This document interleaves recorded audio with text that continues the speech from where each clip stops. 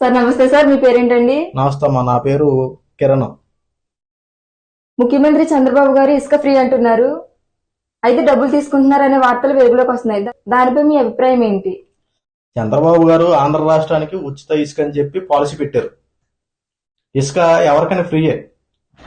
ఇప్పుడు కనీసం ఇసుక తీసుకెళ్ళినప్పుడు ఆ ట్రావెలింగ్ సంబంధించి ఏదో ఒకటి తీసుకెళ్తారు, లారీ కానీ ట్రాక్టర్ కానీ ఏదో ఒకటి ఎవరు నచ్చినట్టు అటు వేసుకెళ్తాడు. ఇప్పుడు అక్కడ నుండి ఇసుక తోగుకొని దాంట్లో వేసుకుని లోడింగ్ చేసుకుని లోడింగ్ ఛార్జీలు, జస్ట్ లోడింగ్ ఛార్జెస్ అని కామన్. నువ్వు అక్కడ నుంచి కిరాయి పెట్టుకొని నీ ఇంటికి నువ్వు తీసుకెళ్తావు, ఆ ఛార్జీలు ఎవడైనా తీసుకుంటాడు, అంతే తప్ప ఇసుక అనేది ఫ్రీ. జగన్మోహన్ రెడ్డి ప్రభుత్వంలో ఆ టన్ను వచ్చి 40,000, 70,000, ₹1,00,000 ఉంటాయి మాత్రం అయ్యేది బాగా నచ్చుతాయి. కనీసం లోడింగ్ ఛార్జీలు ఈ మాత్రం కూడా తీసుకున్నా సరే అబ్బో ఇసుక ఫ్రీ అన్నారు, డబ్బులు దొబ్బేస్తున్నారు. ఈ సొల్లు మాటలు చెప్పుకుని తిరుగుతారు తప్ప ఏముండదు అక్కడ.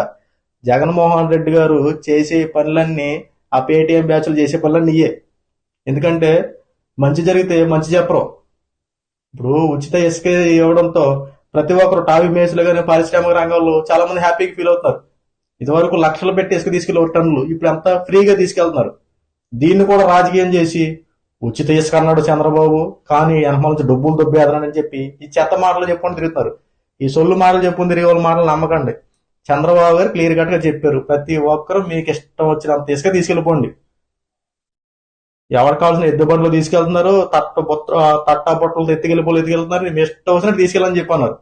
కానీ దీన్ని ఆసరాగా తీసుకొని ప్రభుత్వం మీద బురద జలని చెప్పి చాలా మంది, ఇదిగో చంద్రబాబు గారు ఇసుక ఉచితం అని చెప్పాడు, కానీ వెనకమాల మాత్రం కొన్ని విధాలుగా డబ్బులు మాత్రం తీసుకుని చెప్పి రకరకాల వార్తలు వెలుగులోకి వస్తున్నాయి. ఇవన్నీ ఎందుకు పనికిరని విషయాలు.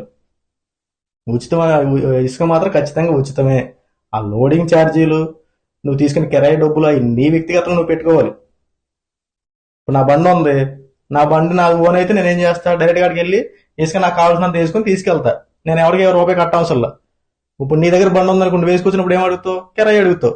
అలాగే అడిగేట్లు నీ వరకు అయ్యి అది నీ పర్సనల్. అది ప్రభుత్వం ఏం తీసుకోవట్లేదు కదా. నువ్వు ఎవరైతే బండి పెట్టి నువ్వు ఆడికిస్తున్నావు, దాన్ని వీళ్ళు ఏం చేస్తున్నారంటే ఇది కావాలని చంద్రబాబు గారు డబ్బులు వసూలు చేస్తారని చెప్పి అక్రమంగా ఇలాంటి తప్పుడు వార్తలు సృష్టిస్తా ఉన్నారు. అంతే తప్ప అక్కడ డబ్బులు తీసుకుంటారు చింతలు ఏమీ లేవు. Okay, thank you sir.